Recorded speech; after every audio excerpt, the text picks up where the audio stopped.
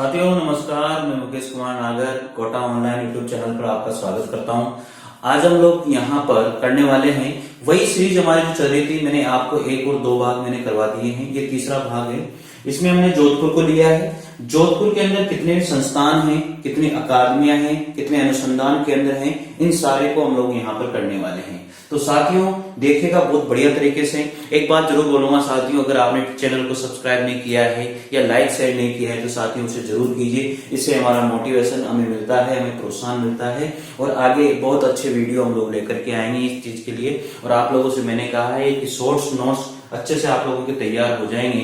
मैं एक एक टॉपिक को इसी तरह से शॉर्ट तरीके से आप लोगों को समझाऊंगा और शॉर्ट तरीके से आप लोगों को बताऊंगा ताकि आप लोग जो है अच्छे से नोट्स तैयार कर सको। साथियों ये जोधपुर वाला है। जोधपुर के अंदर कौन कौन से संस्थान, कौन कौन से केंद्र हैं, कौन कौन से अनुसंधान केंद्र हैं, इन सारी बातों को आज हम लोग यहाँ पर करने वाले हैं साथियों। तो रेडी, तैयार हो जाए साथियों। तो जोधपुर ये रहा आपका जोधपुर, बस राजस्थान में पड़ता है जोधपुर, और क्या है। पहली संस्थान या पहला केंद्र है राजस्थान संगीत नाटक अकादमी। राजस्थान संगीत नाटक अकादमी, जो राजस्थान संगीत नाटक अकादमी है साथियों, ये कहां पर पड़ती है? जोधपुर के अंदर पड़ती है साथियों। और ये है, इसको 1957 के अंदर स्थापित किया था। इसकी स्थापना जो है 1957 में की थी। अगला है राजस्थान प्राच्य विद्या संस्थान। राजस्थान प्राच्य विद्या संस्थान जो है ये भी जोधपुर में ही पड़ती है साथियों, और इसकी स्थापना 1950-51 में की गई थी। राजस्थान का सबसे बड़ा पांडुलिपि भंडार गृह साथियों यहां पर ही है। राजस्थान का सबसे बड़ा पांडुलिपि भंडार गृह साथियों यहां पर ही है। साथियों अगली संस्था की ओर बढ़ते हैं। मीराबाई अखिल भारतीय आयुर्विज्ञान संस्थान। मीराबाई अखिल भारतीय आयुर्विज्ञान संस्थान, जिसको हम लोग एम्स के नाम से जानते हैं साथियों, ये संस्थान भी कहां पर पड़ती है? जोधपुर के अंदर पड़ती है। और प्रेजेंट टाइम राजस्थान के मुख्यमंत्री जो अशोक गहलोत जी हैं वो भी साथियों कहां के हैं? जोधपुर के रहने वाले हैं साथियों, और ये एम्स भी वहीं पड़ता है। ठीक है। अगला है केंद्रीय शुष्क क्षेत्र अनुसंधान, जिसे हम लोग काजरी के नाम से जानते हैं। इसके फुल फॉर्म है centre arid zone research institute. इसकी स्थापना साथियों 1959 में की गई थी। इसका क्वेश्चन बहुत बार पूछा जाता है, कभी कभी फुल फॉर्म भी ये पूछ लेते हैं साथियों। एक बात ध्यान रखिएगा, केंद्रीय शुष्क क्षेत्र अनुसंधान संस्थान जो है कहां पर है? जो काजरी है वो कहां पर है? जोधपुर के अंदर है साथियों।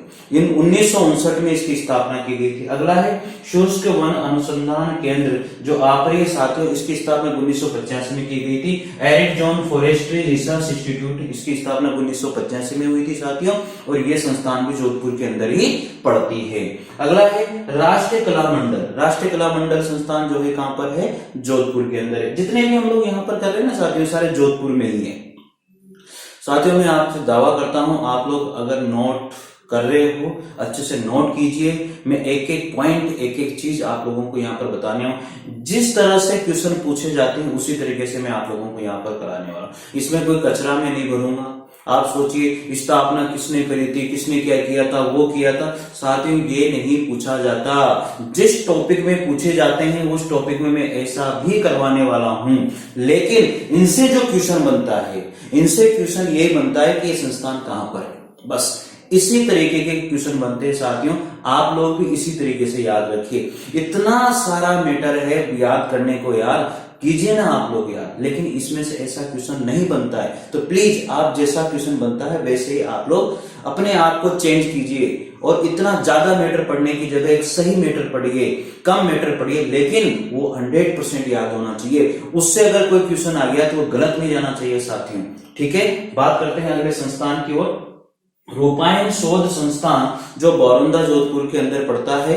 कौन से? रूपायन शोध संस्थान। इसकी 1960 में स्थापना की गई थी। राजस्थानी कला का यह संचयन करता है, राजस्थानी कला को ये इकट्ठा करता है, राजस्थानी कला को जीवित रखने का काम करता है, राजस्थानी कला को ये मरने नहीं देता साथियों। तो ये संस्थान ये काम करता है। ये हमारा ये संस्थान जोधपुर में ही पड़ता है साथियों। अगला है राजस्थान उच्च न्यायालय का जो मुख्यालय वो कहां पर है, जोधपुर में है, और खंडपीठ कहां पर है, वो हमारे जयपुर में है साथियों। अगला है प्राविधिक शिक्षा निदेशालय, यानी कि टेक्निकल जो शिक्षा निदेशालय है उसको 17 अगस्त 1956 में स्थापित किया गया था, और ये भी जोधपुर में ही पड़ता है साथियों। कहां पड़ता है ये, जोधपुर में पड़ता है। राजस्थान ओरिएंटल अनुसंधान संस्थान, राजस्थान ओरिएंटल अनुसंधान संस्थान कहां पर है साथियों, ये भी जोधपुर में ही पड़ता है। मैंने इसके पहले 2 वीडियो में पहले बना चुका हूं इन्हीं संस्थाओं के, अभी 2 से 3 वीडियो और बनेंगे। एक भी डिस्ट्रिक्ट का, एक भी संस्थान, एक भी अनुसंधान केंद्र साथियों नहीं छूटने वाला है, इसलिए आप तैयार रहिए, इसलिए आप अच्छे से बनाइए नोट्स। आपको एक एक चीज में यहां पर करवाने वाला हूं साथियों, आप टेंशन मत लीजिए। इसके बाद में सीमा सुरक्षा बल का फ्रंटियर मुख्यालय कहां पर है, सीमा सुरक्षा बल का जो फ्रंटियर मुख्यालय साथियों ये भी कहां पड़ता है, ये भी जोधपुर में ही पड़ता है साथियों। मैं थोड़ी देर के लिए साथियों थोड़ा सा बोर्ड से बाहर आ रहा हूं ताकि आप लोगों को हर चीज अच्छे से नजर आ सके, वीडियो को आप स्टॉप करके पूरा नोट डाउन कर सको। थैंक यू साथियों। देखो आप एक बार देखिए, अच्छे से देखिए साथियों, हर चीज आपको नजर आ रही होगी, हर चीज आपको अच्छे से मैंने यहाँ पर लिखी है, शायद एक एक चीज, एक एक बारीकी चीज मैंने आपको यहाँ पर समझाई है। और जोधपुर के अंदर जितने भी संस्थान आते हैं साथियों वो सारे के सारे मैंने यहाँ पर लिखे हुए हैं। तो प्लीज साथियों आप लोगों ने कर लिया होगा, आप लोगों ने स्क्रीनशॉट भी ले लिया होगा और आप लिख भी रहे होंगे।